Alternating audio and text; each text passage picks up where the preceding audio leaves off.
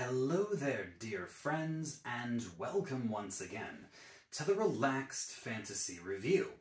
Today, we are covering the final spell casting video in regards to the pack magic of the Warlock. Well, not specifically the pack magic, we're going to be going over the final Mystic Arcanum.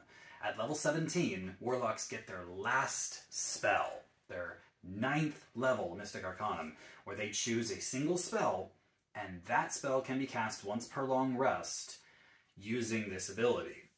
Warlocks get a pretty good spell list to pick from, and I've chosen a top 5 of the spells I think that they should all consider, because these are not like their pack magic spells. They don't recharge on a short rest.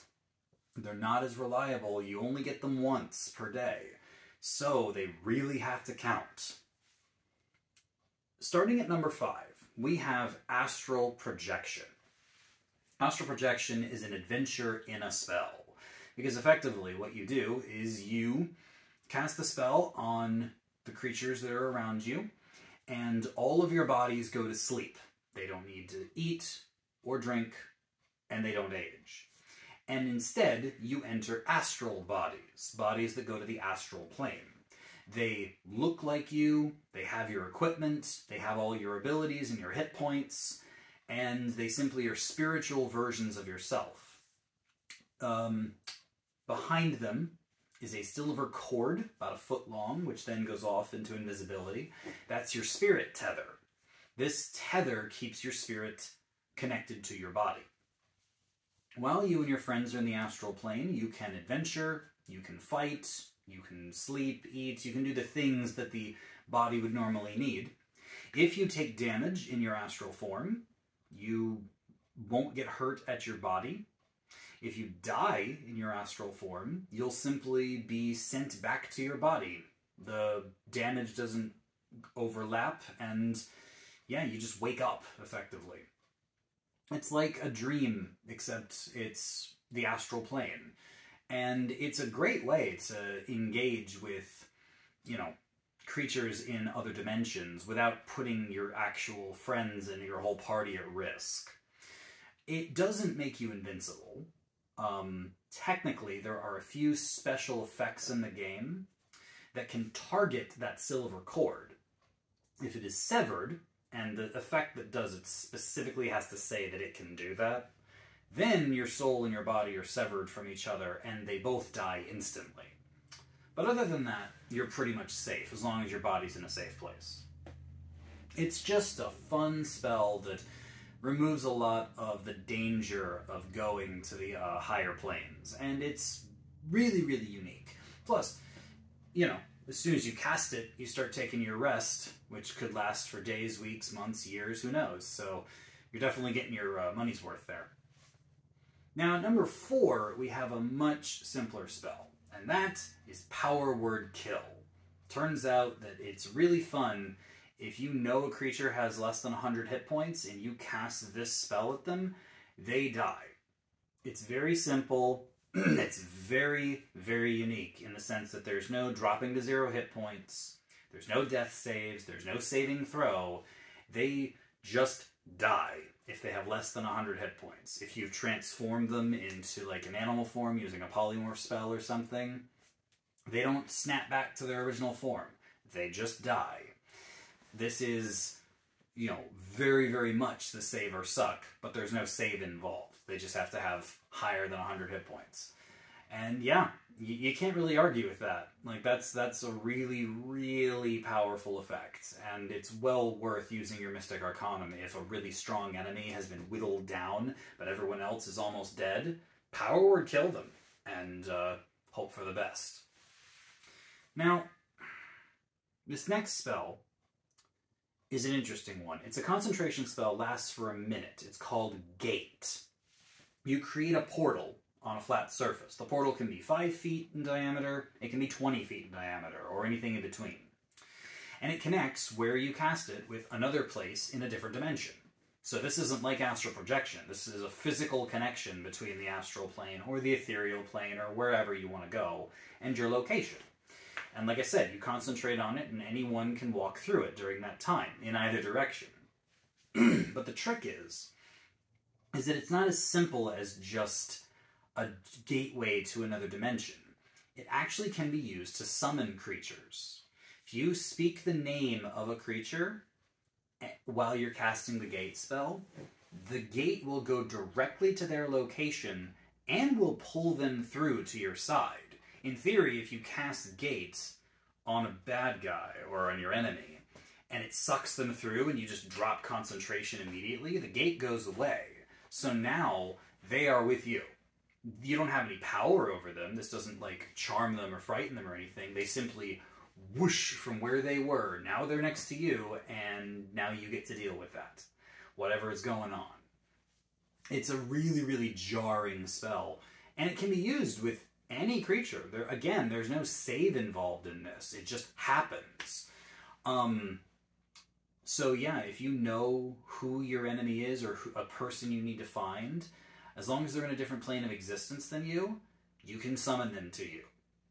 The only exception is deity level powers. So you can't summon a god or your patron, for example. If they are the leader of their particular plane of existence, you can't summon them. But if your patron's a lesser creature, let's say you're a Fiend Pact Warlock that didn't make a deal with a devil or demon lord, but a powerful one instead, yeah, you could summon your patron to you. I guess if you were a Celestial Pact Warlock, you might be sworn into an angel as opposed to a god, so you could summon your Angel Pact matron to you, your patron. These are all options, but honestly, just for the fact that you can summon the big bad to you at any time gives this spell quite a bit of value, and if nothing else, it's transportation.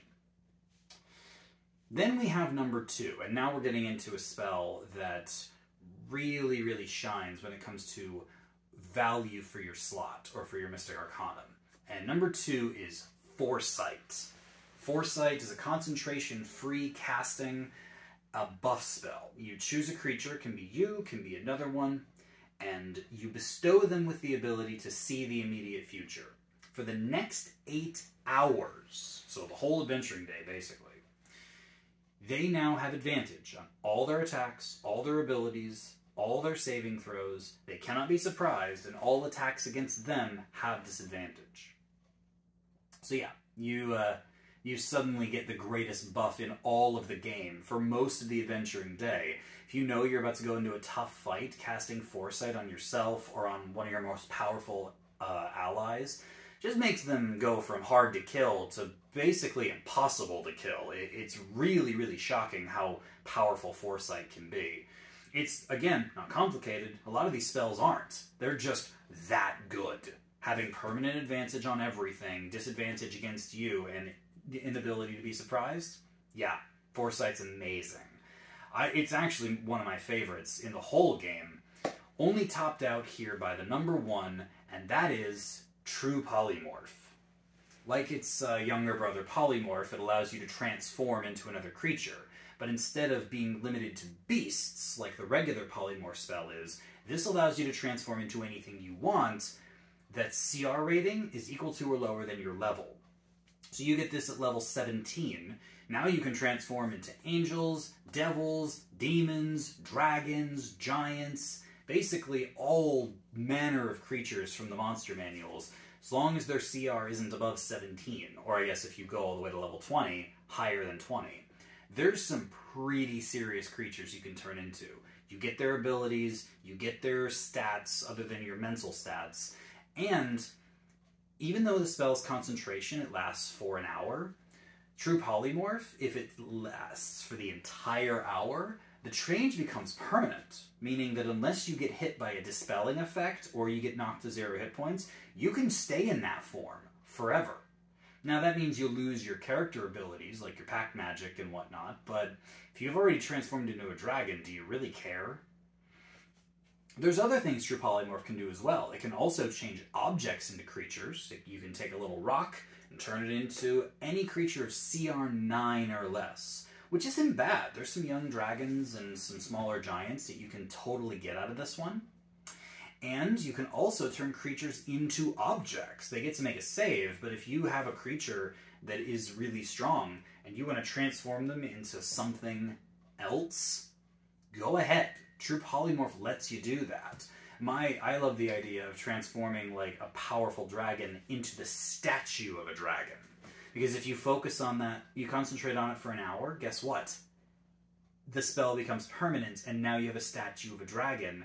Unless someone tries to destroy the statue, making the item drop to 0 hit points, then it would go back to its normal self, with no recollection of the time it spent as an object.